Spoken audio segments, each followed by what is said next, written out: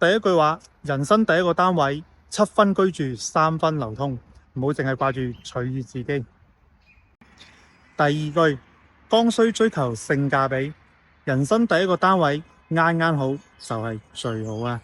第三句，買得起，有需要，住得上，咁就係你人生最佳嘅買點啊。第四句，只要係樓咧，都一定會有缺點嘅，冇十全十美嘅。留一啲缺陷係為咗讓你以後更加努力咁生活啊。第五句，如果發生預算實在唔足嘅情況，好地段嘅差單位係會比差地段嘅好單位更加適合居住啊。第六句，唔好去買剛需小區嘅大戶型，講句老實話，流動性真係好差。第七句，如果你冇辦法接受你個單位貶值嘅話咧，千祈唔好買樓，如果唔係你會非常焦慮。